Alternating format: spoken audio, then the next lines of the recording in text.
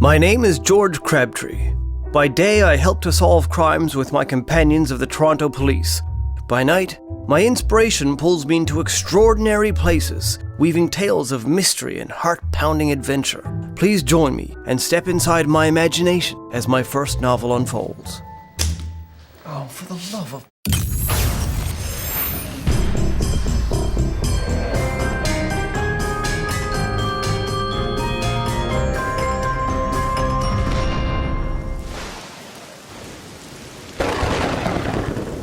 At the end of the 19th century, citizens of the realm are deep in the thrall of Egypt's exotic mysteries and priceless treasures.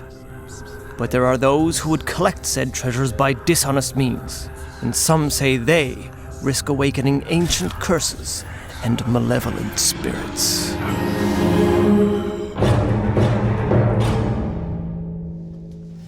You know, Will, of late I believed our fair city might see some reprieve from murder. Fate cares little about our beliefs, George.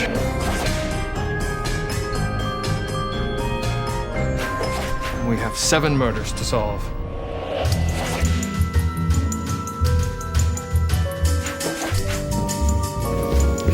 Do you recognize him, George? Alderman Aiken. Yes. And these others were all found dead in the exact same place. And no sign of foul play, None, but 7 prominent citizens dying of natural causes all on the same night. It's too far beyond credulity. The poisoner, perhaps? That's what we need to find out. Where in the blazes is Julia? Pardon my tardiness. I was on my way from the Governor General's ball when a rather unsavory gentleman tried to relieve me of my belongings, including my carriage. Imagine the cheek.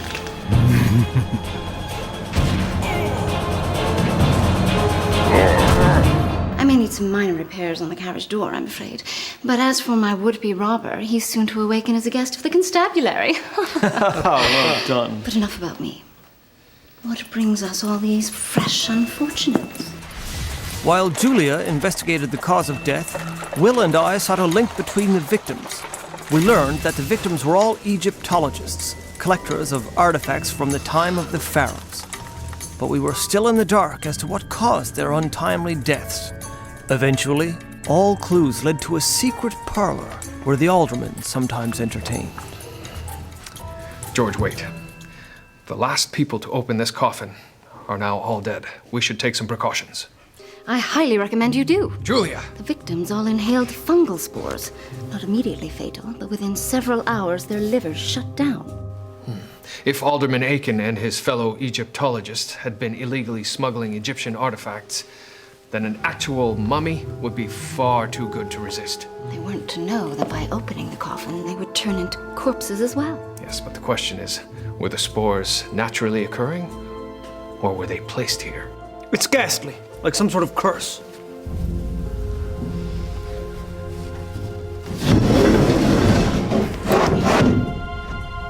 Blast! The spores appear to be part of some vile design. Who would do such a thing? And furthermore, what's become of the coffin's former tenant? Indeed, what had become of it? Had a 3,000-year-old corpse risen from the dead to walk the streets of Toronto? And if so, would we be the next to suffer its deadly wrath?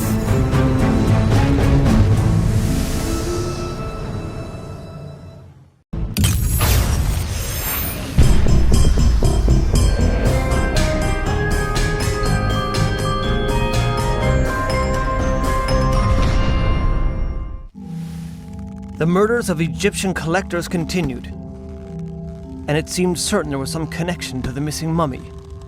We had discovered a hieroglyphic journal next to one victim. After many hours poring over tomes of Egyptian lore, we'd almost managed to translate the pictographical code into the Queen's English. Right, gentlemen!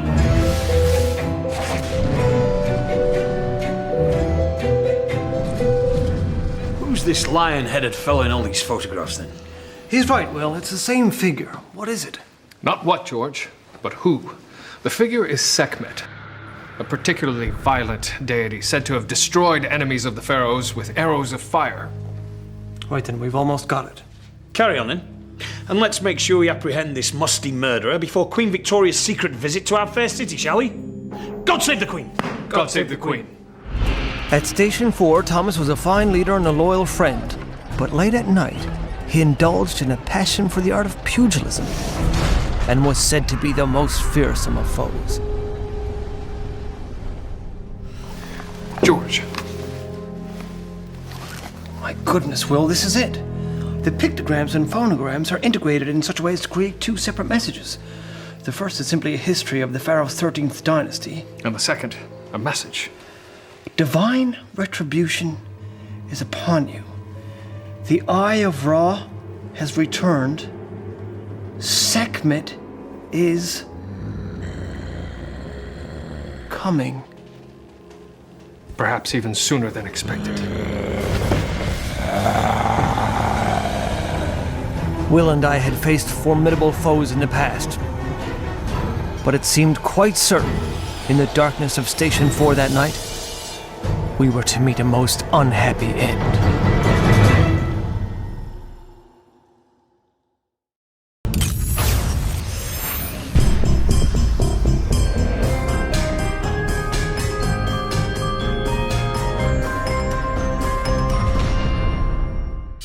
If not for the return of the Inspector and his skilled fists, Will and I would most certainly have been killed. But we were denied the opportunity of interrogating our would-be assassin, for the moment the Inspector got the upper hand, the mummy quite suddenly expired. Ah, Thomas, your secret bare-knuckle boxing bouts have proven most useful once again. Yes, I just knocked out the Cabbagetown Colossus when I had a strange premonition that you two gentlemen needed my assistance. So, is this our Egyptian murderer then? And is this blasted case finally at an end? It's as we thought, George. Nothing supernatural here. What's this? This is no ordinary amulet. There's a needle sticking out of the back. He was poisoned, no doubt, and it was activated remotely by wireless telegraphy from somewhere nearby. Which would indicate, I'm afraid, that this rather unpleasant character is not our Sekhmet. Indeed, George. I'd wager that the fiend is still very much alive and that these murders are just the beginning. During her post-mortem, Julia discovered a clue in scar tissue covering the assassin's back. Will surmised a connection to an ancient cult in Egypt that practiced ritualistic self-flagellation in tribute to their heathen gods. What kind of mummy wears boots, and filthy ones at that? Julia, magnifying glass.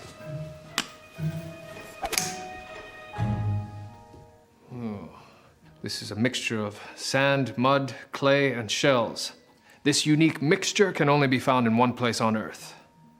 Niagara Falls. Niagara Falls. That's a 2-day journey. We can't just up and leave. We could be there this afternoon. This afternoon, Jules. Have none of you met Clarissa? Julia's wealth afforded us access to the swiftest means of transportation available. Evil was striking at our city, and we had to strike back before something catastrophic occurred.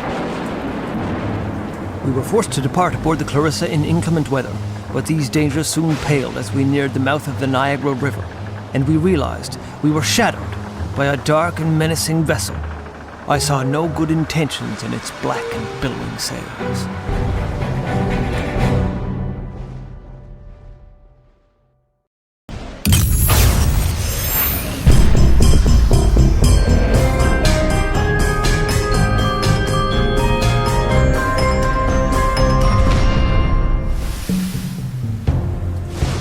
We fled Sekhmet's henchmen in Clarissa's lifeboat, abandoning the ship to the enemy.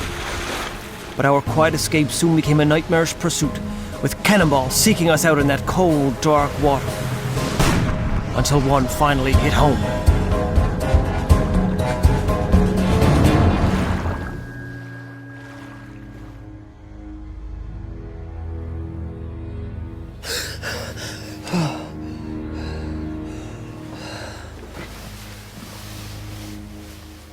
The mysterious stranger awakes. Miss, where am I? We had a fire at the hospital and are housing patients in the nurse's residence. This is my room. How are you feeling? Do you remember what happened to you? Yes, all too well. I don't know what's become of my companions. There were no others found on the shore, I'm afraid. I'm truly sorry. Now, no more talking. It is my duty to ensure your recovery. My name is Sanura.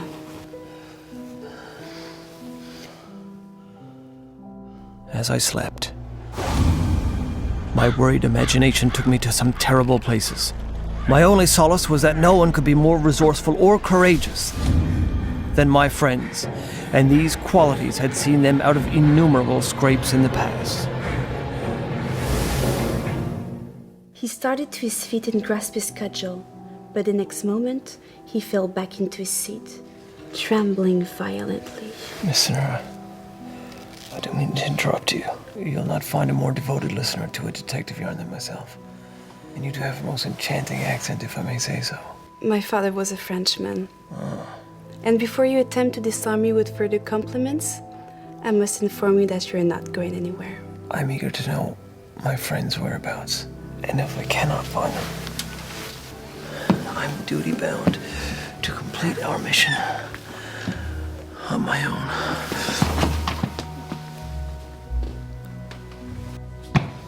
George! Thank God you're alive, and apparently in the peak of good health. Lace up your bootstrings, my good man. It appears our friends have fallen into the hands of the enemy.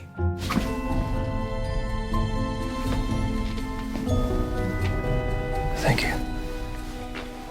Torn as I was to leave the company of the enchanting Sonora, Will and I set forth immediately. Sekhmet had found our companions, and from what we had learned, he was not prone to mercy.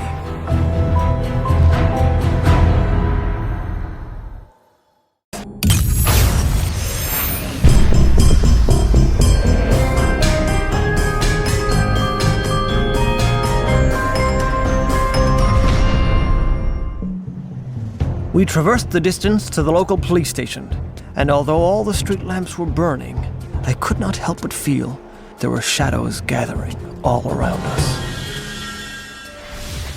For several weeks, I've investigated this evil. Like a mother who instinctively knows when her child is in danger. I have known in my heart that there's a malevolence afoot in my jurisdiction. Any idea as to its source? I believe it skulks somewhere underground, waiting to strike. And from what you've told me of the heinous murders in Toronto, it seems that time is nigh. I would look near the falls themselves, but I must warn you. Don't worry, gentlemen, it's just the electricity. Very primitive, I'm afraid.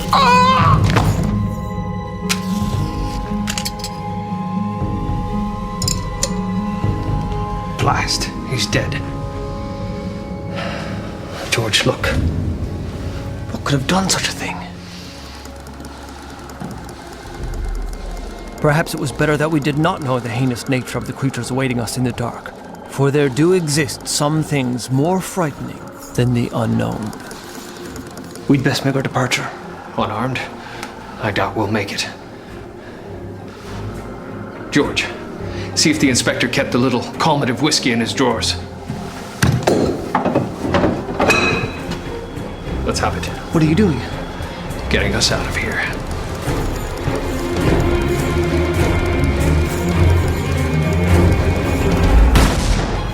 Will's jury-rigged flame launcher proved just what we needed to escape the station. But before anything else, I insisted we look to the safety of Sonora. Had they sent these infernal mechanical scarabs after her as well? Having only just met this rare beauty, I could not abandon her to such a terrible fate.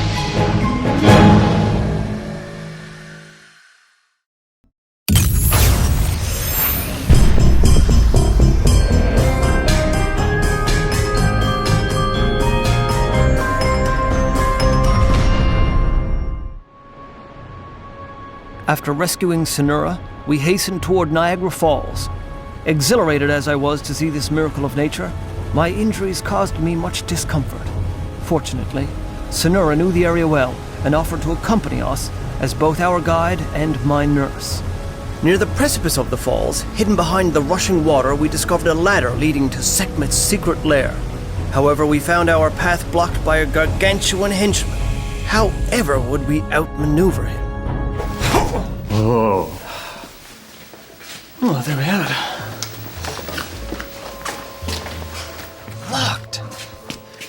Been too easy, I suppose. I'll search him for a key. No, George. There's no keyhole. Perhaps we're looking for something else. The skull, George. It's hollow.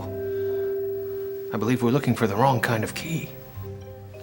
The amulet. Perhaps we're to drop it inside. Like in Poe's story, the gold bug. Yes, exactly. Sonora, you do have impeccable taste in literature. Just put it in, George. Oh, right.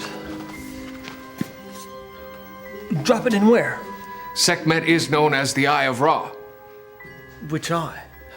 In Egyptian lore, the left eye can represent Thoth, the moon god, and the right eye can represent... The sun god, Ra. His right? Yes, George, his right eye. His other right. We did it well.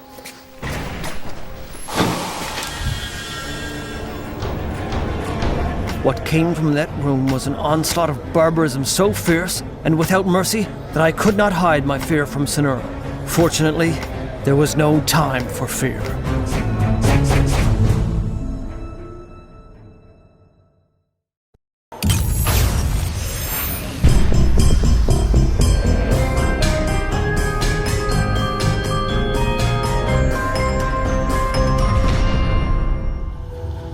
How curious that for all the scores of villains Will and I had apprehended, neither of us had ever experienced the exceptional discomfort of incarceration firsthand.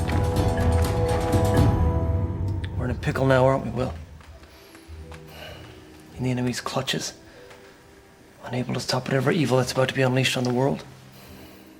We've lost our friends, who may have already perished, and the kind-hearted nurse in our care has been taken captive because we were unable to protect her. Doesn't that sound... Quiet, George. What is it? I hear voices coming from the vent. Touch me again, you bloody miscreant, and you'll be sweeping up your teeth with a dustpan. Thomas.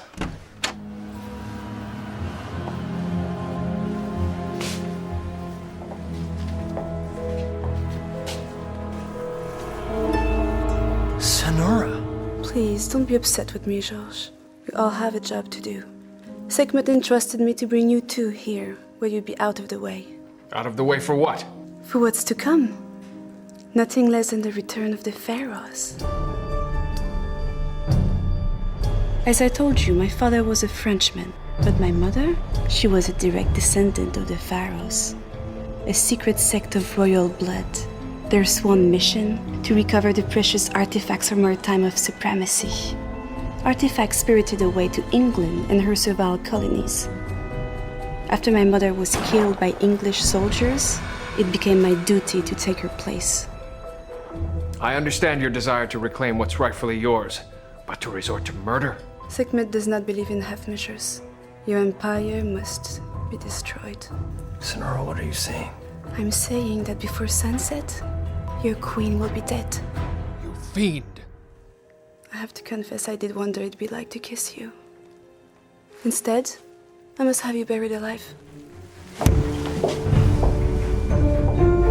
To think that our beloved monarch might suffer at the hands of our adversary was simply unacceptable to a gentleman of the Empire. Our enemies were headed her way. And were we able to stop them? No.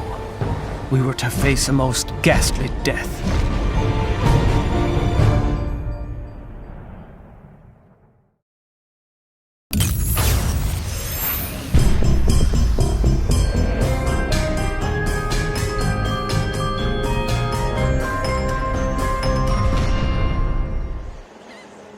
Queen Victoria was arriving in Toronto that morning for a secret conference with financial advisors on threats to the Empire. Little did she know, there was much more at stake.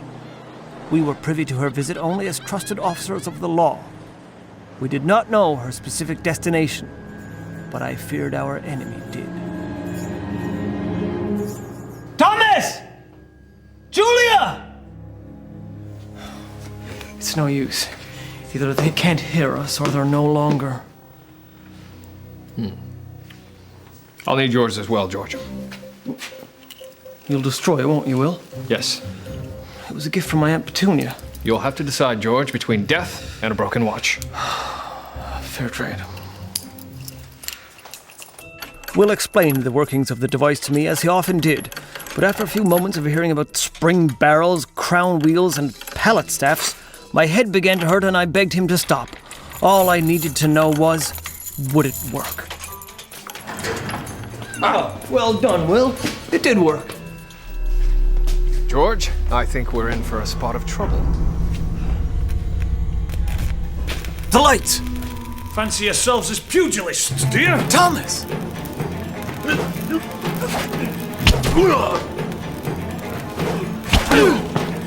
He's all yours, Julia. Take that!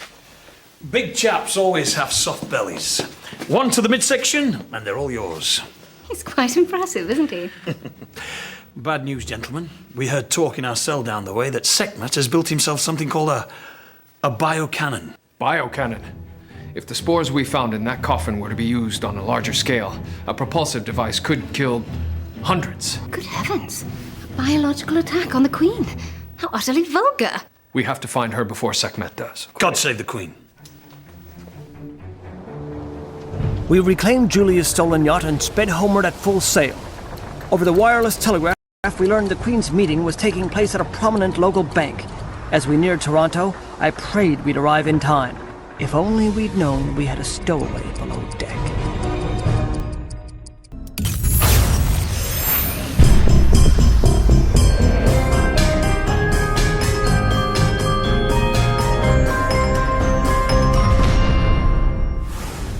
We should have known that once and again Sekhmet would be one step ahead of us. How could this villain know our every move? I began to wonder if we acted of any free will whatsoever, or if our every effort was predetermined, part of some evil design. Then blackness came, and all thoughts were banished.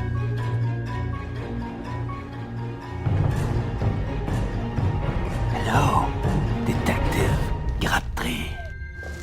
Who are you? The Wrath, the Pharaohs, the Eye of Ra. I am Sekhmet. Oh. You feel my sting in your veins. We must have you blind. You see, when the Queen and her advisors are killed, the authorities will need someone to blame. My friends won't let you get away with this. Your friends are mincemeat for the fish and gauze. We won't meet again, but I do hope you find yourself welcomed into the gates of your heaven. You'll certainly not be welcome here on Earth after you're found dead by your own hand with the evidence of your treachery all around you.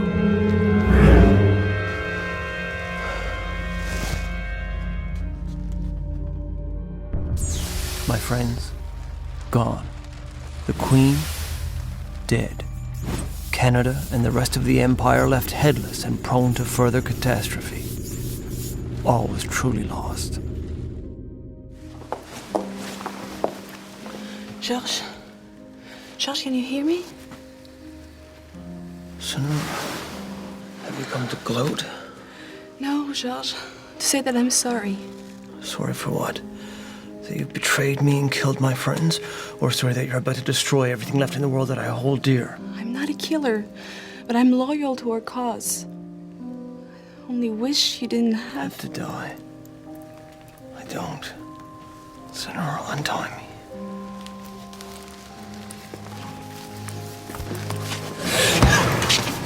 Sanura. I should have known your weak heart was not suited to the task. No, What, do you want to perish with this English filth? please. Sekhmet!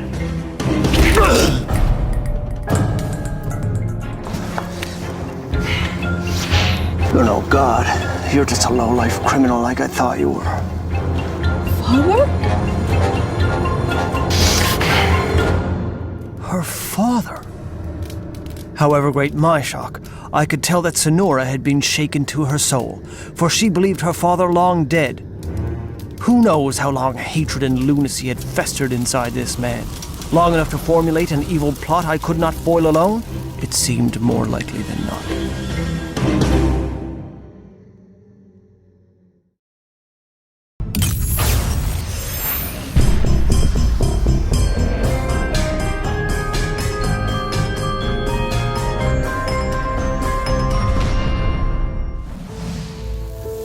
While we had busied ourselves solving the small crimes of our fair city, this impostor Sekhmet was creating an invention of a most foul purpose. And having unmasked him, did nothing to prevent his evil. Father? I don't understand. This changes nothing, Senora. Why would you? To avenge your mother, killed by the British soldier. To cripple the Empire and leave it vulnerable to overthrow in the ensuing chaos. To entertain myself. What does it matter? I've taken this form as my own. All this time, I thought you were dead too. Bernard Lenoir is gone. Your father has become something far greater. An instrument of vengeance. And with that, he pounced at me, like some vicious animal. But suddenly, Sonora leapt between us and saved my life at the expense of her own. Sonora, is there any limit to your evil, man?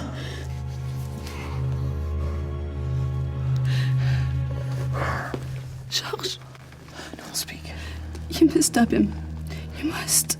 The cannon can be disarmed by a numeric sequence. Tell me.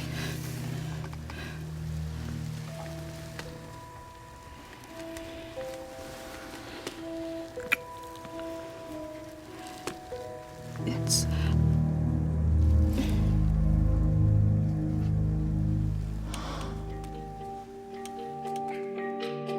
I had no idea what the numbers meant, but Sonora had given her life so I might have them.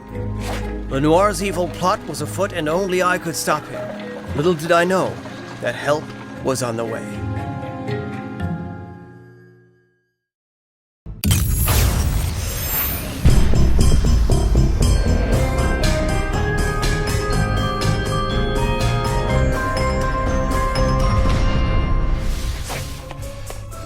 Though my heart bled for Sonora, I had no time for grief. I raced for the bank with such speed that my heart screamed in my chest. Everything to which I had dedicated my humble life was in grave danger of eradication in one noxious blast. Your Majesty, I am Detective William Murdoch. My companions are Dr. Julia, it's been too long. Tell me, are you still fencing with the Duke of Kent? I'm afraid not, Your Majesty. I believe he grew tired of losing. And this is Inspector Thomas Brackenreed. Inspector Brackenreed. Ma'am, it is a most staggering honor to make your acquaintance. Detective, the meeting is to begin shortly. If you don't mind, what is the purpose of your being here today? Your Majesty, you and everyone near this bank are in grave danger. There is a plot afoot to assassinate you. We are here to prevent it. With our lives, if need be. Please continue. Sadly, the fourth member of our team is... George, we thought we'd lost you. Will, no time for words. They're here. Our plan was this. Julia would lead Her Majesty to the relative safety of the bank's steel vault. The inspector would use his fists to keep any assailants at bay. Will and I would locate and disarm the biocannon, and deal with the inevitable arrival of Bernard Lenoir. Your Majesty, if you would be so kind as to come with me. We're not sure that we'd like to be locked in there, Julia. Believe me, Mum, it's better than the alternative. You touch one hair of Her Majesty's head, and I'll pound you into a Yorkshire pudding. Bonne chance. Right then, you glass-jawed milksops. Which one wants to drop first? George, it's here. We have 90 seconds to disarm it. How much time to unlock the weapon? I don't know. First, you have to find the lock. Oh, good God, man. God? God can't help you, I'm afraid. No one can. Everything about this villain Lenoir was wrong. But with only seconds left before the biocannon detonated, I feared he might be right.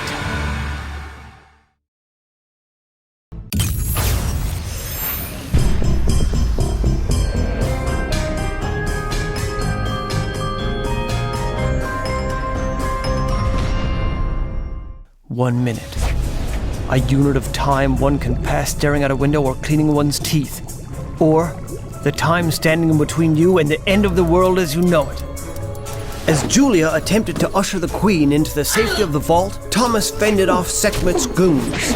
Meanwhile, Will attempted to stave off the madman himself long enough for me to defuse his diabolical contraption.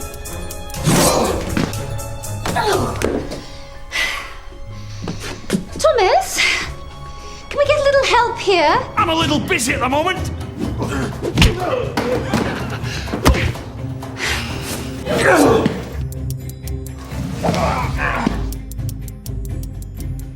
Any luck, George? Not yet! All night together, we three, and your precious coin. I found it! I'm entering the combination! Disconnect the explosives from the distribution valves! I don't know the difference! The blue wire, George! The blue wire! There are several blue wires! Guess, George! Guess! Hurry!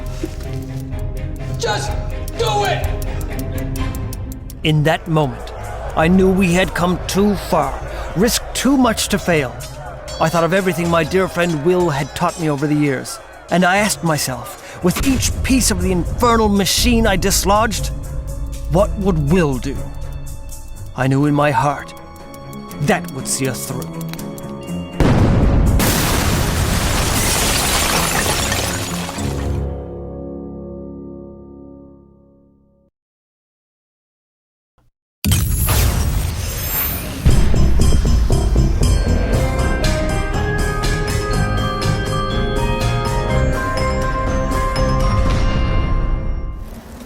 Soldiers, policemen, all rushed to the scene after reports flooded in about some kind of attack on the city. But they came too late. We didn't need them anymore.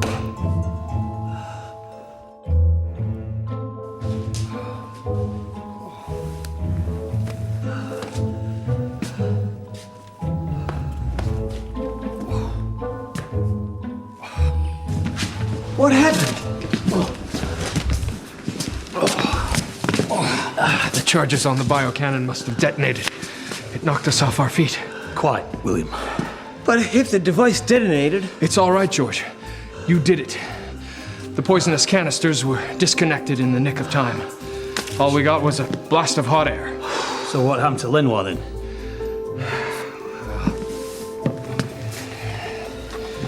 I suspect we haven't seen the last of him. After freeing Julia and the Queen from the safety of the bank's vault, we were summoned to an audience before Her Majesty. We have survived several assassination attempts in the past, but none with so fiendish and meticulous a plot. We would be grateful if you would accept the position of private security force at Buckingham Palace. There's trouble in the town of York. Your Majesty, we are deeply honored by your offer. But we have taken a lifelong vow to protect our beloved city, and it seems that once again, dread is upon us. Till we meet again.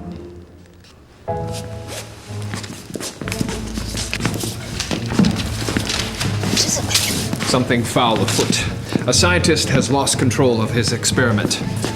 A mechanized arachnid of gargantuan proportions. What the blazes does that mean? It means there's a giant metal spider on the loose in Toronto.